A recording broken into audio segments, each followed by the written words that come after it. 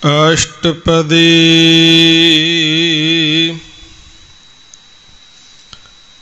रमैया के गुण चेत परानी,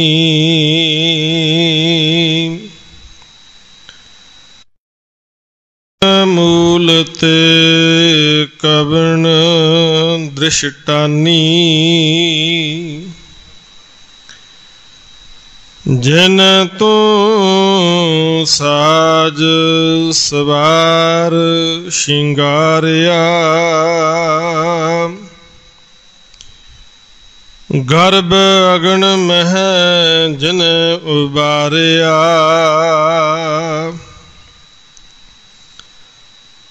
बार व्यवस्था तुझे प्यारे दूध,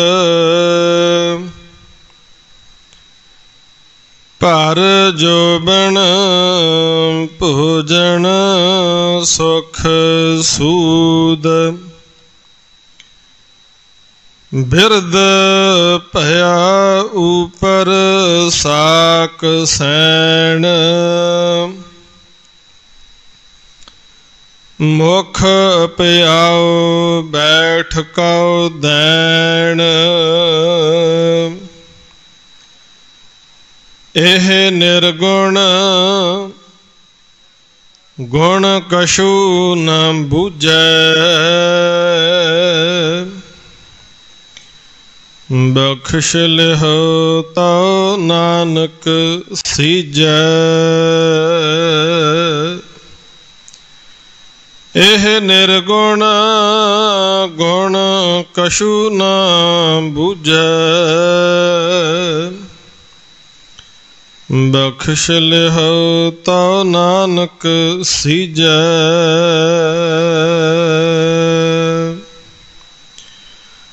वाहिगुरु जी का खालसा, वाहिगुरु जी की फतेह। पतत पावन भगत वत्सल गरीब नवाज सतगुरु श्री गुरु ग्रंथ साहिब सच्चे पातशाह सतगुरां दी पवित्र हजूरी विच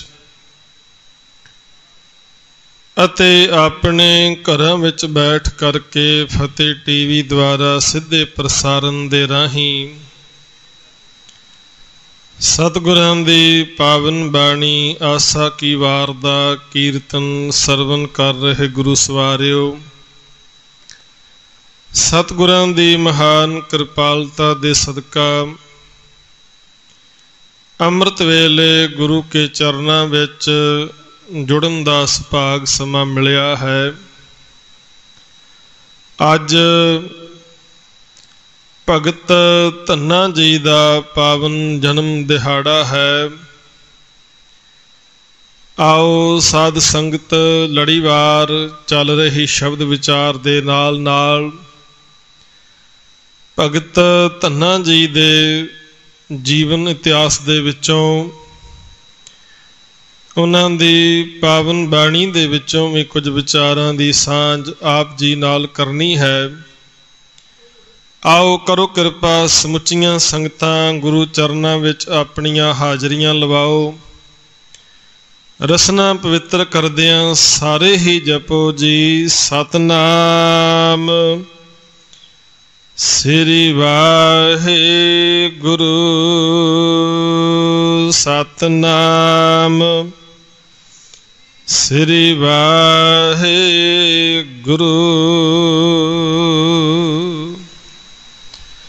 ਸਾਧ ਸੰਗਤ ਜੀ, ਚੱਲ ਰਹੀ ਲੜੀਵਾਰ ਸ਼ਬਦ ਵਿਚਾਰ ਦੇ ਅਧੀਨ ਸ਼੍ਰੀ ਸੁਖਮਣੀ ਸਾਹਿਬ ਜੀ ਦੀ ਪਾਵਨ ਬਾਣੀ, ਜਿਸ ਦੀ ਚੌਥੀ ਅਸ਼ਟਪਦੀ ਦਾ ਪਹਿਲਾ ਪਦਾ ਆਪ ਜੀ ਨਾਲ ਸਾਂਝਾ ਕਰਨਾ ਹੈ। ਇਸ ਚੌਥੀ ਅਸ਼ਟਪਦੀ ਦੇ ਅੰਦਰ ਪੰਚਮ ਪਾਤਸ਼ਾਹ ਗੁਰੂ ਅਰਜਨ ਸਾਹਿਬ ਜੀ ਮਹਾਰਾਜ ਮਨੁੱਖ ਨੂੰ ਅਕਾਲ ਪੁਰਖ ਪਰਮੇਸ਼ਰ ਦੀ ਬੰਦਗੀ ਵਿੱਚ ਜੁੜਨ ਦੀ ਤਾਕੀਦ ਕਰ ਰਹੇ ਨੇ ਅਤੇ ਨਾਲ ਨਾਲ ਅਕਾਲ ਪੁਰਖ ਪਰਮੇਸ਼ਰ ਨੇ ਜੋ ਪਰ ਉਪਕਾਰ ਸਾਡੇ ਉੱਪਰ ਕੀਤੇ ਨੇ ਉਹਨਾਂ ਦਾ ਜ਼ਿਕਰ ਵੀ ਹਜ਼ੂਰ ਨੇ ਕੀਤਾ ਹੈ। ਇਸ ਤਰ੍ਹਾਂ ਸੰਸਾਰ ਦੀ ਇੱਕ ਰੀਤ ਹੈ ਕਿ ਜੇ ਕੋਈ ਤੁਹਾਡਾ ਕੰਮ ਸਵਾਰ ਦੇਵੇ, ਤੁਹਾਡਾ ਕੋਈ ਕਾਰਜ ਰਾਸ ਕਰ ਦੇਵੇ ਤੇ ਤੁਸੀਂ ਇੱਕ ਛੋਟੇ ਜਿਹੇ ਕੰਮ ਦੇ ਬਦਲੇ ਵੀ ਉਹਦਾ ਧੰਨਵਾਦ ਕਰਦੇ ਹੋ, ਸ਼ੁਕਰਾਨਾ ਕਰਦੇ ਹੋ। ਅਤੇ ਅੰਗਰੇਜ਼ੀ ਦਾ ਇੱਕ ਸ਼ਬਦ ਜਿਹੜਾ ਹੈ ਬਹੁਤ ਜ਼ਿਆਦਾ ਪ੍ਰਚਲਿਤ ਹੋ ਚੁੱਕਾ ਹੈ, ਥੈਂਕ ਯੂ ਕਹਿਣਾ, ਥੈਂਕਸ ਕਹਿਣਾ, ਥੈਂਕਸਫੁਲ ਹੋਣਾ। ਇੱਕ ਛੋਟੇ ਜਿਹੇ ਕੰਮ ਦੇ ਬਦਲੇ ਵੀ ਤੁਸੀਂ ਕਿਸੇ ਦੂਸਰੇ ਮਨੁੱਖ ਦਾ ਧੰਨਵਾਦ ਕਰਦੇ ਹੋ। ਬੜੀ ਚੰਗੀ ਗੱਲ ਹੈ, ਧੰਨਵਾਦ ਕਰਨਾ ਵੀ ਚਾਹੀਦਾ ਹੈ, ਕਿਉਂਕਿ ਤਿੰਨ ਸ਼ਬਦ ਜਿਹੜੇ ਨੇ ਉਹ ਬੜੇ ਕੀਮਤੀ ਸ਼ਬਦ ਨੇ ਜਿਨ੍ਹਾਂ ਦੇ ਨਾਲ ਸਾਡੀ ਜ਼ਿੰਦਗੀ ਜਿਹੜੀ ਹੈ ਉਹ ਸਮੂਥ ਚੱਲਦੀ ਹੈ। ਸਭ ਤੋਂ ਪਹਿਲਾ ਸ਼ਬਦ ਜਿਹੜਾ ਹੈ ਕਿ ਜਦੋਂ ਵੀ ਅਸੀਂ ਕਿਸੇ ਕੋਲੋਂ ਕੋਈ ਵਸਤੂ ਲੈਣੀ ਹੈ ਤਾਂ ਅਸੀਂ ਬੜੀ ਨਿਮਰਤਾ ਦੇ ਨਾਲ ਇੱਕ ਸ਼ਬਦ ਵਰਤਦੇ ਹਾਂ, ਕਿਰਪਾ ਕਰਕੇ, ਜਿਸ ਨੂੰ ਅੰਗਰੇਜ਼ੀ ਦੇ ਵਿੱਚ ਪਲੀਜ਼ ਸ਼ਬਦ ਕਿਹਾ ਜਾਂਦਾ। ਪਲੀਜ਼ ਮੇਰਾ ਤੁਸੀਂ ਆਹ ਕੰਮ ਕਰ ਦਿਓ। ਤੋ ਇੰਨਾ ਕਹਿਣ ਦੇ ਨਾਲ ਅਗਲਾ ਮਨੁੱਖ ਜਿਹੜਾ ਹੈ ਉਹ ਬੜੀ ਸ਼ਿੱਦਤ ਦੇ ਨਾਲ ਤੁਹਾਡਾ ਕੰਮ ਜਿਹੜਾ ਕਰਦਾ ਹੈ। ਫਿਰ ਕਈ ਵਾਰਾਂ ਤੁਹਾਡੇ ਕੋਲੋਂ ਕੋਈ ਗਲਤੀ ਹੋ ਗਈ, ਤੁਸੀਂ ਉਹਦੇ ਲਈ ਖਿਮਾ ਜਾਚਨਾ ਮੰਗਣੀ ਹੈ, ਸੌਰੀ ਕਹਿਣਾ ਹੈ, ਖਿਮਾ ਮੰਗਣੀ ਹੈ, ਮੁਆਫੀ ਮੰਗਣੀ ਹੈ। ਇਹ ਵੀ ਜਿਹੜਾ ਕਰਮ ਹੈ ਇਹਦੇ ਨਾਲ ਵੀ ਜ਼ਿੰਦਗੀ ਬੜੀ ਜਿਹੜੀ ਹੈ ਸਮੂਥ ਚੱਲਦੀ ਹੈ। ਤੇ ਤੀਜਾ ਸ਼ਬਦ ਹੈ ਧੰਨਵਾਦ ਦਾ। ਹੁਣ ਧੰਨਵਾਦੀ ਹੋਣਾ, ਸ਼ੁਕਰਾਨਾ ਕਰਨਾ ਬਹੁਤ ਜ਼ਿਆਦਾ ਜ਼ਰੂਰੀ ਹੈ। ਇਸ ਅਸ਼ਟਪਦੀ ਦੇ ਅੰਦਰ ਸਤਿਗੁਰੂ ਜੀ ਨੇ ਅਕਾਲ ਪੁਰਖ ਪਰਮੇਸ਼ਰ ਦੇ ਸ਼ੁਕਰ ਵਿੱਚ ਜੁੜਨ ਦੀ ਗੱਲ ਕੀਤੀ ਹੈ।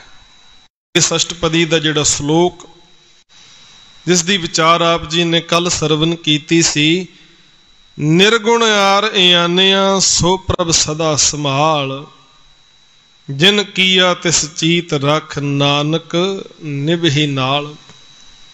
ਨਿਰਗੁਣ ਯਾਰ ਇਆਨਿਆ ਕਹਿੰਦੇ ਤੂੰ ਅਣਜਾਣ ਹੈ, ਤੇਰੇ ਕੋਲ ਕੋਈ ਗੁਣ ਨਹੀਂ, ਤੇ ਜਿੰਨੇ ਵੀ ਗੁਣ ਦਿੱਤੇ ਨੇ ਸਾਰੇ ਅਕਾਲ ਪੁਰਖ ਪਰਮੇਸ਼ਰ ਨੇ ਬਖਸ਼ਿਸ਼ ਕੀਤੇ ਨੇ। ਇਸ ਕਰਕੇ ਗੁਣ ਪ੍ਰਾਪਤ ਕਰਕੇ, ਦਾਤਾਂ ਪ੍ਰਾਪਤ ਕਰਕੇ ਐਵੇਂ ਹੰਕਾਰ ਵਿੱਚ ਨਾ ਫੁੱਲਿਆ ਰਹੀਂ, ਸਗੋਂ ਨੀਵਾਂ ਹੋ ਕੇ ਝੁਕ ਕੇ ਉਹਦਾ ਸ਼ੁਕਰਗੁਜ਼ਾਰ ਹੋਇਆ ਕਰ। ਤੇ ਅੱਜ ਜੋ ਪਹਿਲਾ ਪਦਾ ਜਿਸ ਦੀ ਵਿਚਾਰ ਆਪਾਂ ਸਾਂਝੀ ਕਰਨੀ ਹੈ, ਇਹਦੇ ਅੰਦਰ ਵੀ ਹਜ਼ੂਰ ਕਿਰਪਾ ਕਰ ਰਹੇ ਨੇ। ਰਮਈਆ ਕੇ ਗੁਣ ਚੇਤ ਪਰਾਨੀ। ਰਮਈਆ ਦਾ ਅਰਥ ਹੈ ਸਾਰੀਆਂ ਥਾਵਾਂ ਤੇ ਰਮਿਆ ਹੋਇਆ ਵਾਹਿਗੁਰੂ ਪਰਮੇਸ਼ਰ। ਕਹਿੰਦੇ ਹੈ ਪ੍ਰਾਣੀ ਹੈ ਜੀਵ, ਉਸ ਵਾਹਿਗੁਰੂ ਦੇ ਉਪਕਾਰਾਂ ਨੂੰ ਚੇਤੇ ਕਰ। ਰਮਈਆ ਕੇ ਗੁਣ ਚੇਤ ਪ੍ਰਾਨੀ। ਚੇਤ ਦਾ ਮਤਲਬ ਹੈ ਚੇਤੇ ਕਰਨਾ। ਕਹਿੰਦੇ ਵਾਹਿਗੁਰੂ ਪਰਮੇਸ਼ਰ ਦੇ ਗੁਣ ਗਾ, ਉਹਨੂੰ ਚੇਤੇ ਕਰ, ਉਹਦੇ ਕੀਤੇ ਹੋਏ ਪਰ ਉਪਕਾਰਾਂ ਨੂੰ ਚੇਤੇ ਕਰ। ਤੇ ਸਾਧ ਸੰਗਤ ਜਿਹੜਾ ਮਨੁੱਖ ਪਰ ਉਪਕਾਰਾਂ ਨੂੰ ਵਿਸਾਰ ਦਿੰਦਾ ਹੈ ਉਹਨੂੰ ਅਕਿਰਤ ਘਣ ਬੰਦਾ ਕਿਹਾ ਜਾਂਦਾ ਹੈ।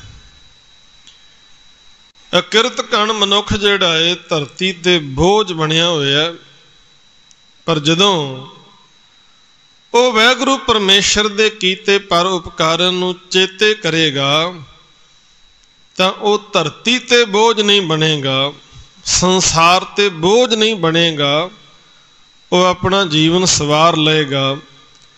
ਹੁਣ ਮਹਾਰਾਜ ਕਹਿੰਦੇ ਨੇ, ਸਾਰੀਆਂ ਥਾਵਾਂ ਤੇ ਰਵੇਂ ਹੋਏ ਵਾਹਿਗੁਰੂ ਪਰਮੇਸ਼ਰ ਨੂੰ ਚੇਤੇ ਕਰ ਹੈ ਪ੍ਰਾਣੀ। ਤੇ ਫਿਰ ਨਾਲ ਅਕਾਲ ਪੁਰਖ ਪਰਮੇਸ਼ਰ ਨੇ ਜਿਹੜੇ ਜਿਹੜੇ ਉਪਕਾਰ ਸਾਡੇ ਤੇ ਕੀਤੇ ਨੇ, ਉਹਨਾਂ ਦਾ ਜ਼ਿਕਰ ਵੀ ਹਜ਼ੂਰ ਨੇ ਕੀਤਾ ਹੈ।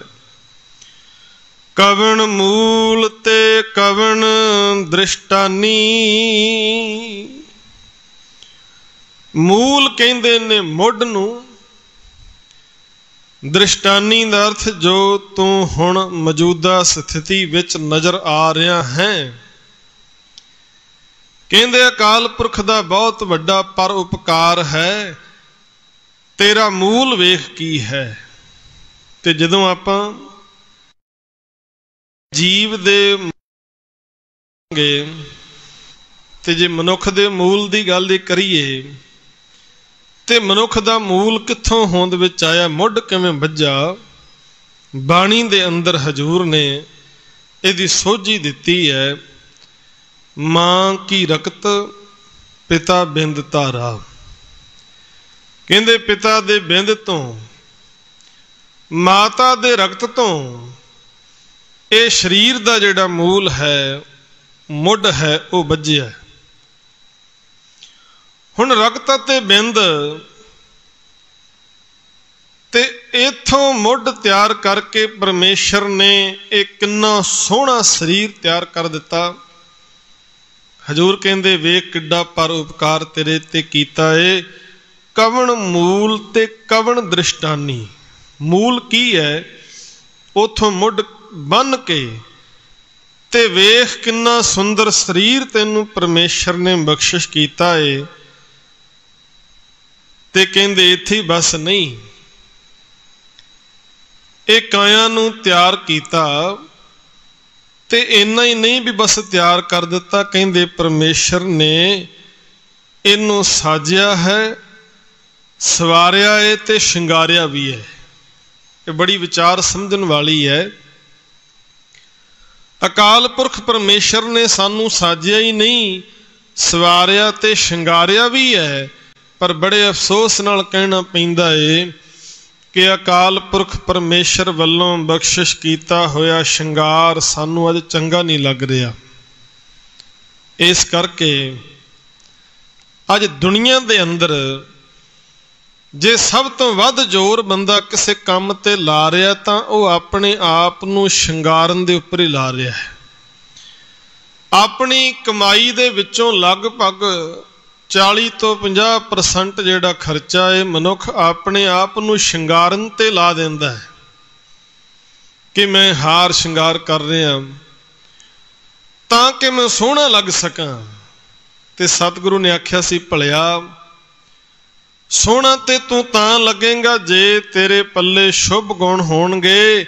ਜੇ ਤੇਰੇ ਪੱਲੇ ਗੁਣ ਹੀ ਕੋਈ ਨਾ ਹੋਇਆ ਤੇ ਤੂੰ ਬਾਹਰੀ ਤੌਰ ਤੇ ਜਿੰਨੇ ਮਰਜ਼ੀ ਸ਼ਿੰਗਾਰ ਕਰ ਲਈ, ਮਾਲਕ ਦੇ ਘਰ ਪ੍ਰਵਾਨ ਨਹੀਂ ਹੋਵੇਗਾ। ਉਹ ਤੇਰੇ ਸ਼ਿੰਗਾਰ ਤੇ ਇਉਂ ਜਾਪਣਗੇ ਜਿਵੇਂ ਮੁਰਦੇ ਨੂੰ ਕਈ ਵਾਰੀ ਸ਼ਿੰਗਾਰਦੇ ਨੇ ਲੋਕ, ਉਹਦਾ ਵੀ ਹਾਰ ਸ਼ਿੰਗਾਰ ਕਰਦੇ ਨੇ। ਜੇ ਤੇਰੇ ਪੱਲੇ ਗੁਣ ਨਹੀਂ, ਰੱਬੀ ਯਾਦ ਵਿੱਚ ਨਹੀਂ ਤੂੰ ਜੁੜਿਆ, ਤਾਂ ਤੇਰੇ ਕੀਤੇ ਸ਼ਿੰਗਾਰ ਵੀ ਕਿਸੇ ਕੰਮ ਨਹੀਂ। ਜਿਨ ਤੂੰ ਸਾਜ ਸਵਾਰ ਸ਼ਿੰਗਾਰਿਆ, ਕਹਿੰਦੇ ਉਸ ਖਸਮ ਨੂੰ ਚੇਤੇ ਕਰ ਜਿਸ ਨੇ ਤੈਨੂੰ ਸਾਜਿਆ ਹੈ, ਸਵਾਰਿਆ ਹੈ ਅਤੇ ਸ਼ਿੰਗਾਰਿਆ ਹੈ। ਕਿੰਨਾ ਸੋਹਣਾ ਇਹ ਮਨੁੱਖੀ ਸਰੀਰ ਜਿਹੜਾ ਹੈ ਅਕਾਲ ਪੁਰਖ ਪਰਮੇਸ਼ਰ ਨੇ ਤਿਆਰ ਕਰਕੇ ਦਿੱਤਾ। ਸਾਰੀਆਂ ਚੀਜ਼ਾਂ ਨੂੰ ਥਾਂ ਥਾਂ ਲਾਇਆ ਹੋਇਆ ਹੈ। ਕਿੰਨਾ ਸੋਹਣਾ ਚਿਹਰਾ, ਕਿੰਨੇ ਸੁੰਦਰ ਦੰਦ ਨੇ, ਅੱਖਾਂ ਹੈ, ਨੱਕ ਹੈ, ਕੰਨ ਹਨ, ਹੱਥ ਪੈਰ ਹਨ। ਸਾਰੀਆਂ ਚੀਜ਼ਾਂ ਨੂੰ ਥਾਂ ਥਾਂ ਫਿੱਟ ਕਰਕੇ ਬਹੁਤ ਸੋਹਣਾ ਸਰੀਰ ਜਿਹੜਾ ਹੈ ਇਹ ਪਰਮੇਸ਼ਰ ਨੇ ਬਣਾਇਆ ਹੈ। ਤੇ ਸਾਧ ਸੰਗਤ, ਅਕਾਲ ਪੁਰਖ ਪਰਮੇਸ਼ਰ ਨੇ ਇਸ ਸਰੀਰ ਦੇ ਵਿੱਚ ਜੋ ਕੁਝ ਵੀ ਪਾਇਆ ਹੈ ਨਾ, ਜੋ ਕੁਝ ਵੀ ਲਾਇਆ ਹੈ, हर एक चीज की जिहड़ी है वो कोई ना कोई अहमियत है, पर असीं उसकी अहमियत नूं समझिया नहीं।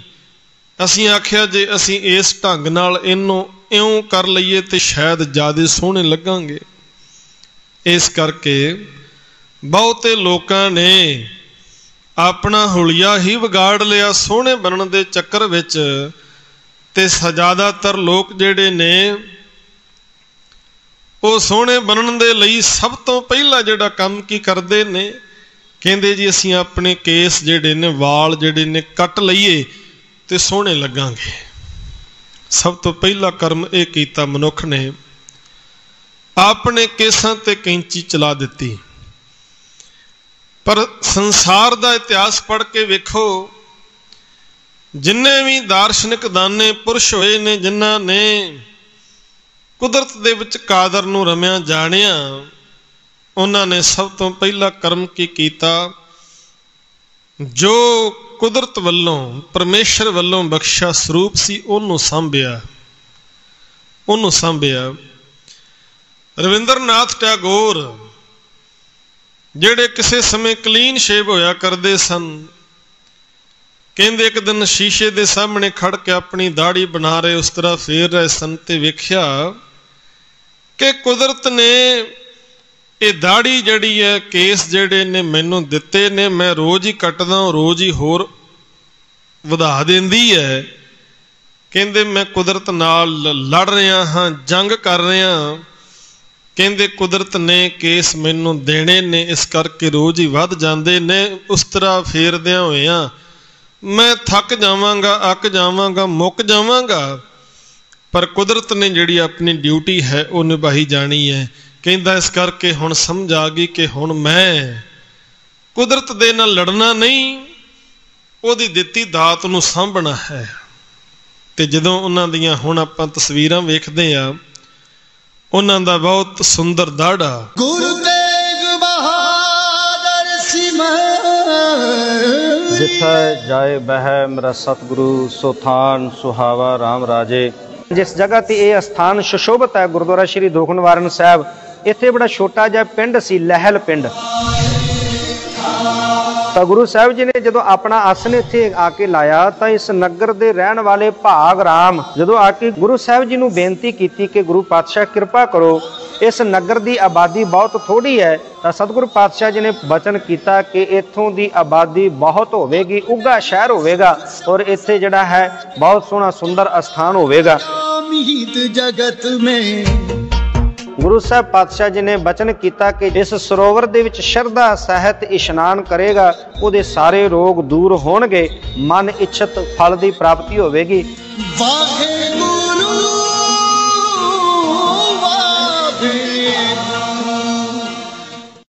उन्ना खर्चा विआह दे विच होर साजो समान दा नहीं हुंदा, जिन्ना खर्चा लोग अपने आप नूं सवारन ते शिंगारन ते ला देंदे। ब्यूटी पार्लरां दे विच घंटियां बद्धी इस चेहरे नूं शिंगारन ते लोग लाउंदे ने, ते लखां रुपए भी बर्बाद कर देंदे ने।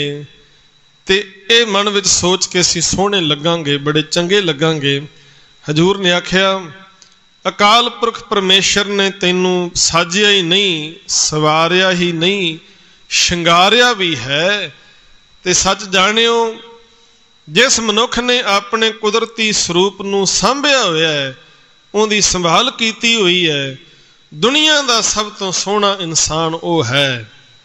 प्रसिद्ध विद्वान आर्नल्ड टैनबी ने एक गल कही सी, उन्होंने किसे पुछया सी, कहंदे तैनूं सब तो सोहना मनुख किहड़ा लगदा है संसार दे अंदर? वो कहंदा मैनूं सब तो सोहना मनुख सिख, जिसने अपने कुदरती बख्शिश कीते स्वरूप नूं सांभिया, सब तो सोहना लगदा मैनूं। कहंदे दुनिया का सब तो भद्दा मनुख किहड़ा लगदा, भैड़ा? कहंदा वो भी सिख, पर वो सिख जेड़ा दाढ़ी कटदा है, जेड़ा अपने आप दे नां दे पिछे सिंह लाउंदा है पर दाढ़ी नूं कट लैंदा है। कहंदा दुनिया का सब तो बेहुदा भद्दा मनुख लगदा मैनूं। ते इह गल विच कोई शक नहीं। ਜੇ ਅਸੀਂ ਨਾਂ ਦੇ ਪਿੱਛੇ ਸਿੰਘ ਲਿਖਿਆ ਹੋਇਆ, ਸਿਰ ਤੇ ਦਸਤਾਰਾਂ ਵੀ ਬੰਨੀਆਂ ਤੇ ਦਾੜੀਆਂ ਕੱਟ ਲਈਏ, ਤੇ ਸਾਧ ਸੰਗਤ ਸਾਡੀ ਕੋਈ ਜਿਹੜੀ ਹੈ ਵਜ੍ਹਾ ਜਿਹੜੀ ਚੰਗੀ ਨਹੀਂ ਬਣਦੀ। ਇਸ ਕਰਕੇ ਅੱਜ ਸਮੇਂ ਦੀ ਵੱਡੀ ਲੋੜ ਹੈ, ਅਸੀਂ ਕੁਦਰਤੀ ਸਰੂਪ ਨੂੰ ਸਾਂਭੀਏ ਜੋ ਕੁਦਰਤ ਨੇ ਬਖਸ਼ਿਸ਼ ਕੀਤੀ ਹੈ। ਉਹਦੇ ਨਾਲ ਜਿੱਥੇ ਅਸੀਂ ਗੁਰੂ ਦੀਆਂ ਨਜ਼ਰਾਂ ਦੇ ਵਿੱਚ ਸਨਮਾਨ ਦਾ ਪਾਤਰ ਬਣਾਂਗੇ, ਉੱਥੇ ਅਸੀਂ ਅਕਾਲ ਪੁਰਖ ਪਰਮੇਸ਼ਰ ਦੀ ਦਰਗਾਹ ਵਿੱਚ ਵੀ ਪ੍ਰਵਾਨੇ ਜਾਵਾਂਗੇ। ਹਜ਼ੂਰ ਕਹਿੰਦੇ ਨੇ, ਤੂੰ ਸ਼ੁਕਰ ਕਰਿਆ ਕਰ ਅਕਾਲ ਪੁਰਖ ਦਾ, ਜਿਸ ਨੇ ਤੈਨੂੰ ਬਹੁਤ ਸੋਹਣਾ ਬਣਾਇਆ, ਸਵਾਰਿਆ ਅਤੇ ਸ਼ਿੰਗਾਰ ਕੇ ਸੰਸਾਰ ਤੇ ਭੇਜਿਆ ਹੈ। ਇੱਥੇ ਬਸ ਨਹੀਂ, ਕਹਿੰਦੇ ਮਾਂ ਦੇ ਉਦਰ ਦੇ ਅੰਦਰ ਜਠਰ ਅਗਨ ਵਿੱਚ ਵੀ ਉਹਨੇ ਤੇਰੀ ਰਾਖੀ ਕੀਤੀ ਹੈ। ਗਰਭ ਅਗਨ ਮਹਿ ਜਿਨੇ ਉਬਾਰਿਆ, ਉਬਾਰਿਆ ਦਾ ਅਰਥ ਹੈ ਬਚਾ ਲੈਣਾ। ਕਹਿੰਦੇ ਮਾਂ ਦੇ ਉਦਰ ਦੇ ਅਗਨ ਦੇ ਅੰਦਰ, ਆਨੰਦ ਸਾਹਿਬ ਦੇ ਵਿੱਚ ਆਪਾਂ ਰੋਜ਼ ਪੜ੍ਹਦੇ ਹਾਂ ਵੀ ਉਦਰ ਦੀ ਜਿਹੜੀ ਅੱਗ ਹੈ ਬੜੀ ਤੇਜ਼ ਹੈ। ਜਿਵੇਂ ਉਦਰ ਦੀ ਅੱਗ ਹੈ, ਉਵੇਂ ਸੰਸਾਰ ਦੇ ਵਿੱਚ ਬਾਹਰ ਮਾਇਆ ਦੀ ਅੱਗ ਵੀ ਲੱਗੀ ਹੋਈ ਹੈ। ਸੰਸਾਰ ਦੀ ਮਾਇਆ ਦੇਖਦੇ ਹਾਂ, ਜੇ ਅਸੀਂ ਉਦਰ ਦੀ ਅੱਗ ਤੋਂ ਬਚ ਗਏ ਹਾਂ ਤਾਂ ਅਕਾਲ ਪੁਰਖ ਦੀ ਮਿਹਰ ਸਦਕਾ ਸੰਸਾਰ ਦੀ ਤ੍ਰਿਸ਼ਨਾ ਦੀ ਅੱਗ ਤੋਂ ਵੀ ਬਚ ਸਕਦੇ ਹਾਂ। ਮਾਤਾ ਕੀ ਉਦਰ ਮੈਂ ਪ੍ਰਤਪਾਲ ਕਰੈ, ਸੋ ਕਿਉਂ ਮਨੋ ਵਿਸਾਰੀਏ, ਮਨੋ ਕਿਉਂ ਵਿਸਾਰੀਏ ਏਵੜ ਦਾਤਾ, ਜੇ ਅਗਨ ਮੈਂ ਆਹਾਰ ਪਹੁੰਚਾਵੇ। ਕਹਿੰਦੇ ਅਗਨ ਦੇ ਵਿੱਚ ਵੀ ਆਹਾਰ ਸਾਨੂੰ ਦਿੱਤਾ। ਹੁਣ ਜਿਸ ਪਰਮੇਸ਼ਰ ਨੇ ਸਾਡੀ ਮਾਂ ਦੇ ਉਦਰ ਦੀ ਅਗਨ ਵਿੱਚ ਰਾਖੀ ਕੀਤੀ, ਸਾਹਿਬ ਕਹਿੰਦੇ ਉਹੀ ਸੰਸਾਰ ਦੀ ਅੱਗ ਤੋਂ ਵੀ ਸਾਨੂੰ ਬਚਾ ਸਕਦਾ, ਉਹਦੇ ਤੋਂ ਬਗੈਰ ਹੋਰ ਕੋਈ ਨਹੀਂ। ਜੈਸੀ ਅਗਨ ਉਦਰ ਮੈਂ ਤੈਸੀ ਬਾਹਰ ਮਾਇਆ, ਮਾਇਆ ਅਗਨ ਸਭ ਇੱਕੋ ਜਿਹੀ ਕਰਤੈ ਖੇਲ ਰਚਾਇਆ। ਕਹਿੰਦੇ ਇਹ ਤੇ ਉਹਦਾ ਖੇਡ ਹੈ। ਮਾਤਾ ਦੇ ਉਦਰ ਦੇ ਵਿੱਚ ਵੀ ਅਕਾਲ ਪੁਰਖ ਨੇ ਸਾਨੂੰ ਬਚਾਇਆ, ਉਬਾਰਿਆ। ਤੇ ਸਾਧ ਸੰਗਤ ਫਿਰ ਬੱਚੇ ਦਾ ਜਦੋਂ ਜਨਮ ਹੋਇਆ, ਹੁਣ ਜਿਸ ਵੇਲੇ ਬੱਚੇ ਦਾ ਜਨਮ ਹੋਇਆ ਤੇ ਆਪਾਂ ਸਾਰੇ ਜਾਣਦੇ ਹਾਂ ਕਿ ਬੱਚੇ ਦੇ ਜਨਮ ਤੋਂ ਪਹਿਲਾਂ ਹੀ ਅਕਾਲ ਪੁਰਖ ਨੇ ਮਾਂ ਨੂੰ ਦੁੱਧ ਦੀ ਦਾਤ ਦੇ ਦਿੱਤੀ। ਪਹਿਲੇ ਪਿਆਰ ਲਗਾ ਥਣ ਦੁੱਧ। ਬੱਚੇ ਨੂੰ ਅਜੇ ਕਿਸੇ ਚੀਜ਼ ਦੀ ਸੋਝੀ ਨਹੀਂ ਹੈ, ਪਰ ਉਹਨੂੰ ਇੰਨਾ ਪਤਾ ਕਿ ਮੈਂ ਦੁੱਧ ਪੀਣਾ ਹੈ, ਤੇ ਭੁੱਖਾ ਹੋਵੇਗਾ ਤੇ ਰੋਣ ਲੱਗ ਪਏਗਾ। ਦੁੱਧ ਮਿਲੇਗਾ ਤੇ ਚੁੱਪ ਕਰਕੇ ਸੌਂ ਵੀ ਜਾਂਦਾ ਪੀ ਕੇ। ਕਹਿੰਦੇ ਇਹ ਦਾਤ ਜਿਹੜੀ ਪਰਮੇਸ਼ਰ ਨੇ ਦਿੱਤੀ ਹੈ, ਬਾਰ ਵਿਵਸਥਾ ਤੁਝੇ ਪਿਆਰ ਹੈ ਦੂਧ। ਬਾਰ ਕਹੀਏ ਬਾਲਕ ਨੂੰ, ਬੱਚੇ ਨੂੰ। ਕਹਿੰਦੇ ਬਚਪਨ ਦੀ ਅਵਸਥਾ ਜਦੋਂ ਬੱਚਾ ਸੀ, ਦੁੱਧ ਦੀ ਦਾਤ ਪਰਮੇਸ਼ਰ ਨੇ ਦਿੱਤੀ। ਪਰ ਜੋਬਨ ਭੋਜਨ ਸੁਖ ਸੂਦ। ਕਹਿੰਦੇ ਹੁਣ ਬੱਚਾ ਨਹੀਂ ਰਿਹਾ, ਹੁਣੇ ਜਵਾਨ ਹੋ ਗਿਆ। ਤੇ ਆਪਾਂ ਵੇਖਦੇ ਜਿਉਂ ਹੀ ਮਨੁੱਖ ਜਵਾਨੀ ਦੇ ਵਿੱਚ ਪੈਰ ਪਾਉਂਦਾ ਏ, ਤਿਉਂ ਕਈ ਤਰ੍ਹਾਂ ਦੇ ਖਾਣ ਪੀਣ ਦੇ ਪਦਾਰਥ ਜਿਹੜੇ ਉਹ ਖਾਂਦਾ ਏ। ਕਹਿੰਦੇ ਜਨ ਸੁੰਦਰ ਹੋ ਗਿਆ, ਜੋਬਨ ਜਵਾਨੀ ਵਿੱਚ ਆ ਗਿਆ, ਕਈ ਤਰ੍ਹਾਂ ਦੇ ਸੁਖ ਆਰਾਮ ਜਿਹੜੇ ਮਾਣਦਾ ਏ। ਸੂਦ ਦਾ ਮਤਲਬ ਹੈ ਸੋਝੀ ਸਮਝ।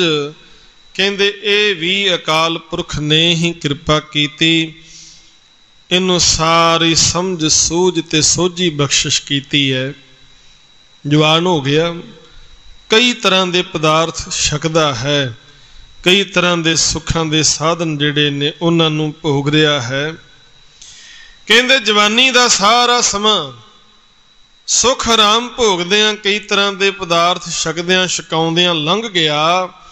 ਕਹਿੰਦੇ ਹੁਣ ਬੁਢਾਪੇ ਦੀ ਅਵਸਥਾ ਆ ਗਈ ਹੈ। ਉਹ ਅਵਸਥਾ ਜਿਸ ਅਵਸਥਾ ਦੇ ਅੰਦਰ ਇਹ ਕੋਈ ਕਾਰ ਵਿਹਾਰ ਨਹੀਂ ਕਰ ਸਕਦਾ, ਕੇਵਲ ਮੰਜੇ ਤੇ ਬੈਠ ਗਿਆ, ਜਿਸ ਦਾ ਜ਼ਿਕਰ ਮਾਝ ਰਾਗ ਵਿੱਚ ਹਜ਼ੂਰ ਨੇ ਕੀਤਾ। 60 ਕੇ ਬੁਢੇਪਾ ਆਵੇ, 70 ਕਾ ਮਤ ਹੀਨ, 80 ਕਾ ਵਿਹਾਰ ਨਾ ਪਾਵੇ, 90 ਕਾ ਸਹਿਜਾ ਸਣੀ।